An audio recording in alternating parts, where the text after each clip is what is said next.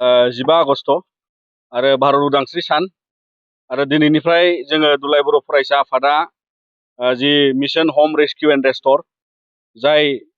बेवहाय दैबानाजोंहाय बिथांमोननि नैबे माजगाव गामि आरो बे गामिया नाजिरा सार्केलनि सिङाव गोग्लैयो आरो बेहाय जोङो गामियाव दा जोङो न'खर न'खर जोंनि बावहाय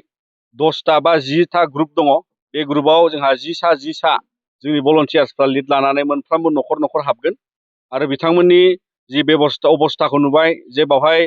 हाब्रु फबना दं, फारसेथिंजाय गोबांनि न'आ गब्र'नानै दं आरो बेबादिनो जोंनि बावहाय जि न'खौ साखोन सिखोन खालामनानै होनाय, फोसाबना होनाय, जोङो दिनैनिफ्राय दुलाराय बर' फरायसा आफादा बे हाबाफारिखौ सप्ता खनसेनि मोनसे समाय लानानै लोगोसेयै जोङो मोनसे टारगेट लादों जे गासै जोङो माने 200 न'खरखौ फोसाबनानै होनायनि मोनसे थिरांथायाव जोङो बावहाय दा गासै जोङो खामानि मावनो बाग्लायनाय जोंनि हान्जाया गासै भलन्टियार्सफ्रा जोंहा 100 भलन्टियार्स जोङो दङ दुलाराय बर' फरायसा आफादनिफ्राय। जोङो गासै गुबुन गुबुन जिल्लानिफ्राय जोंनि जिल्ला एबसुनि, मिरु एबसुनि, दखरा एबसुनि आरो बयबो जाय बिथांमोनहा गोसो गुदुं जानानै जोंनि बे